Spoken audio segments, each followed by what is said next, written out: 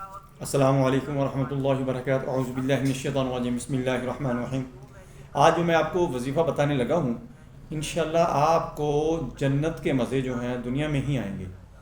جنت میں جو سہولتیں ہوں گی، جنت کے جو انعامات ہوں گے، جنت کے جو ثمرات ہوں گے، وہ آپ کو انشاءاللہ دنیا کے اندر ہی نظر آنا شروع ہو جائیں گے، اور دنیا کے اندر ہی آپ کو وہ ملنے شروع ہو جائیں گے۔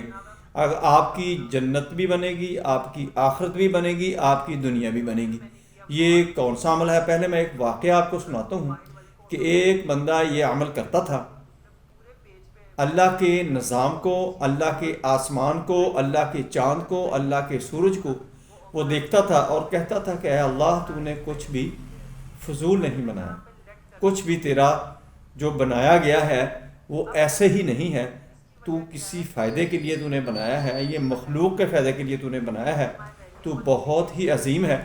تو اس کو ایک دن خواب میں نظر آتا ہے کہ ایک محل بنایا ہوا ہے جنت کے اندر۔ تو وہ پوچھتا ہے یہ کیا ہے؟ تو اسے بتایا جاتا ہے کہ یہ محل فلاں بندے کا ہے۔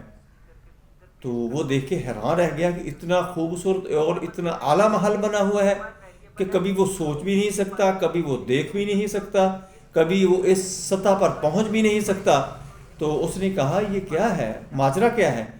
تو فرشتوں نے اسے بتایا کہ یہ بندہ جو ہے وہ اللہ کی پاکی بیان کرتا ہے اور اللہ کے نظام کو کہتا ہے کہ اللہ، تو نے جو کچھ بھی بنایا ہے وہ تیرا کوئی بیکار نہیں ہے، وہ کارآمد ہے، وہ کسی کام کے لیے تو نہیں بنایا ہے، کسی بینیفٹ کے لیے بنایا ہے۔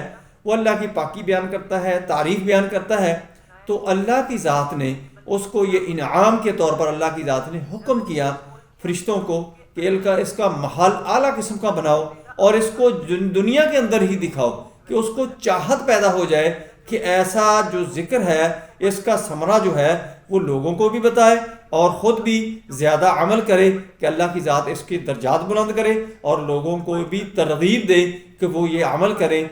اور وہ عمل جو ہے وہ ہے ربنا ما خلقت ھذا باطلا سبحانک فقنا عذاب النار۔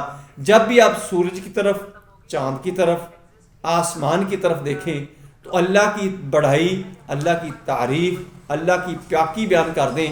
قرآن پاک کے اندر ہے ربنا ما خلقت ھذا باطلا سبحانک فقنا عذاب النار۔ پھر دیکھنا اس کے دنیا کے اندر آپ کو ثمرات کیا ملتے ہیں، آپ کے جو پریشانیاں ہیں، آپ کے جو مسائل ہیں وہ کیسے دور بھاگتے ہیں، اور آپ کی جو کام رکے ہوئے ہیں وہ کیسے نکلتے ہیں۔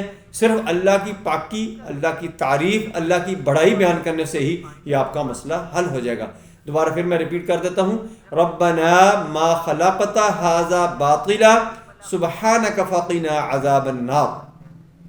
آپ کو اللہ کی ذات ثمرات سے بھی نوازے گی اور آپ کو جنت الفردوس میں اعلیٰ مقام بھی عطا فرمائے گی اور آپ کو جہنم سے محفوظ بھی فرما دے گی۔ السلام علیکم ورحمۃ اللہ وبرکاتہ۔